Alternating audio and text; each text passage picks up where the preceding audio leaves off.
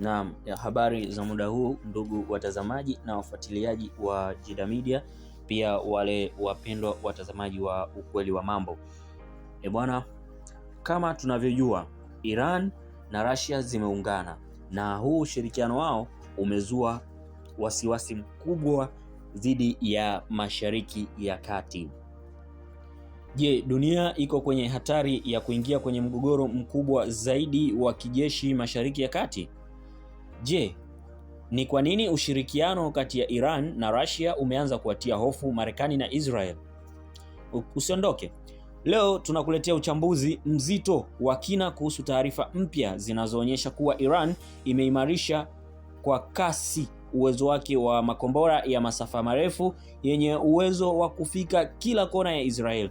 Haya si maneno ya mitandaoni tu, ni ripoti kutoka vyombo vya habari vya Kiibrania akiwemo Jerusalem Post. Ushirikiano wa Iran na Russia. Kwa mujibu wa ripoti hizo, Iran imeongeza kwa kiwango kikubwa ushirikiano wa kijeshi na Russia, hasa katika sekta ya makombora ya ballistic.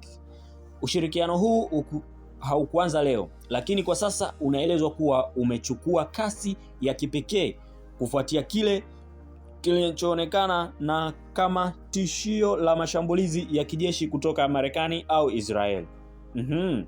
Iran inaamini kuwa njia pekee ya kujilinda ni kuongeza uwezo wa kujibu mashambulizi kwa nguvu kubwa, na hapa ndipo Russia inaingia kama mshirika muhimu kwa teknolojia, uzoefu au ujuzi wa kijeshi.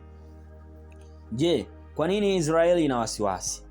Vyombo vya habari vya Israel vinaeleza wazi kuwa hofu yao kubwa si maneno ya Iran, bali ni uwezo wake wa kijeshi unaokuwa kwa vitendo. Ripoti ya Jerusalem Post inasema wazi kabisa. Inasema kuwa Iran sasa inamiliki makombora yenye uwezo wa kufika kila kona ya Israel na kila eneo la Israel. Hii ina maana gani? Inamaanisha kuwa hakuna mji, kambi ya kijeshi au miundombinu muhimu ya Israel iliyo nje ya hatari endapo vita vitazuka. Kwa upande wa Israel, hili si swala la baadaye, ni tishio la sasa. Na je, miongoni mwa silaha muhimu zilizo kwenye ghala la Iran ni makombora yenye masafa ya hadi kilomita 2000. Hiki ndo kilichokuwa tishio zaidi, kwa sababu masafa haya yanatosha kuvuka nchi kadhaa, pia kufika Tel Aviv, Haifa, Jerusalem na maeneo yote ya kimkakati ya Israel. Haya si makombora ya kawaida, ni makombora ya ballistic yanayoweza kurushwa kutoka umbali mkubwa, yakiwa magumu kuyazuia hata kwa mifumo ya kisasa ya ulinzi wa anga. Kombora la hatari zaidi. Mfano halisi wa uwezo huu ni kombora linalojulikana kama Khaibar Shekan.